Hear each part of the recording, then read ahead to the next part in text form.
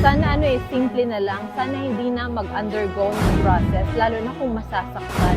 Pero yung pala si Lord, hindi ka pwede mag-shortcut. At yung season mo ngayon, kung kailangan duman ka sa season na talagang matitest, dadaan ka sa challenges in order to test your perseverance at matrain ka dyan so that you will be able to carry the weight of the future blessing na ibibigay sa'yo ng Panginoon. Papadaanin ka talaga doon eh. So hindi ka pwede mag-shortcut.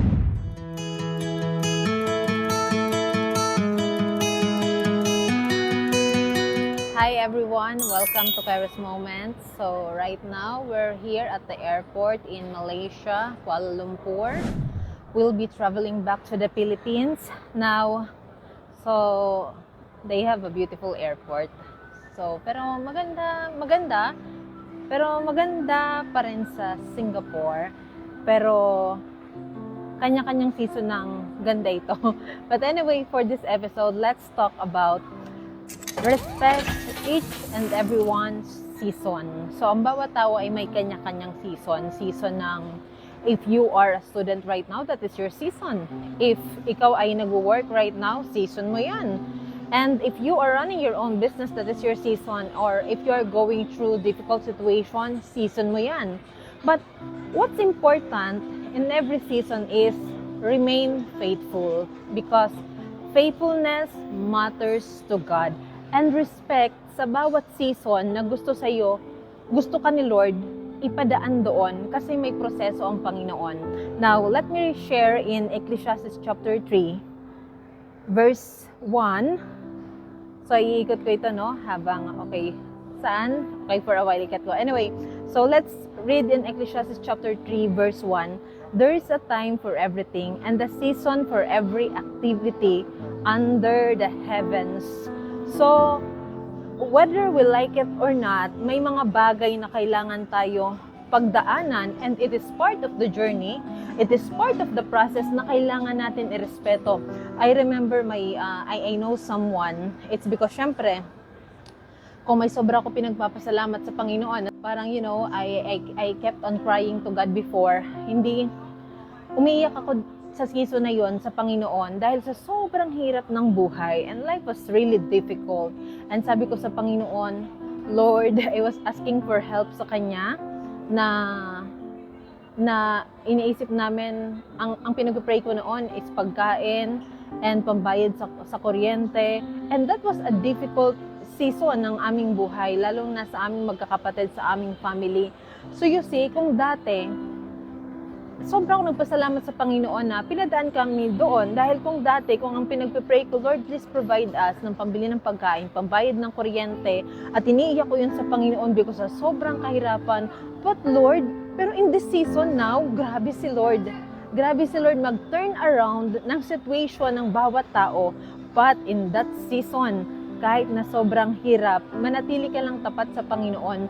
Because sabi ko nga ngayon, kung naiiyak ako or sobrang natatouch ako sa Panginoon, magpe-pray ka, hindi ka naiiyak dahil wala kang pambili ng pagkain o pambayad ng kuryente. Maiiyak ka dahil, Lord, you've been so faithful that you have provided us more than what we have prayed for.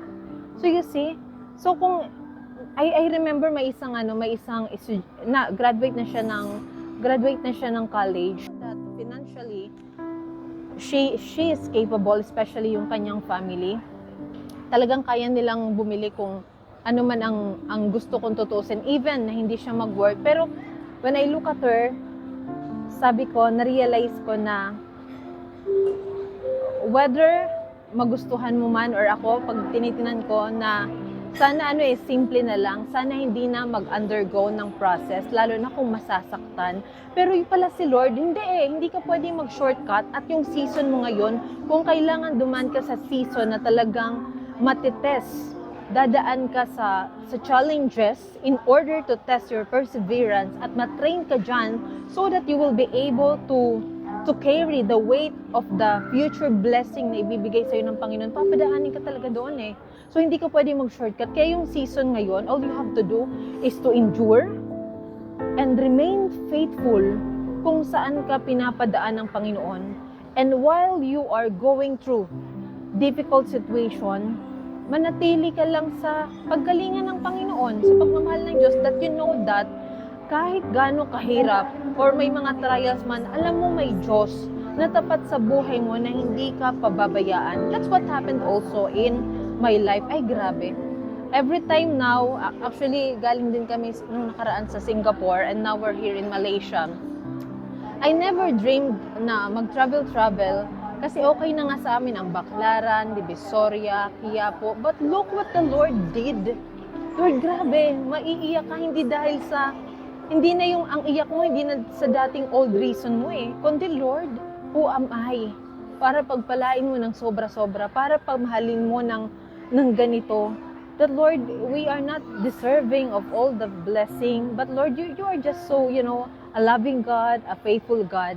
So to my brothers and sisters in Christ, respect the season, and habang andyan ka, kahit sobrang hirap ng season mo right now, be faithful because God is the rewarder and He sees everything. Hindi yan nakalagpas sa mata ng Panginoon. If you will be able to pass this season, and you remain faithful, you will see the deliverance of the Almighty and His faithfulness. And your testing now will become a beautiful testimony in the future. So, you see, love your shape right now, love your season right now, keep praising and worshiping God even in difficult season. Because no matter what happens, God remains faithful forever. So, thank you. So, ayan. So, just join me kahit na tapos na itong episode. I think I can, you like some chocolates?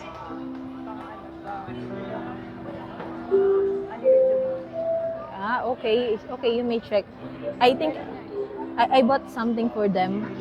So, okay, thank you. God bless.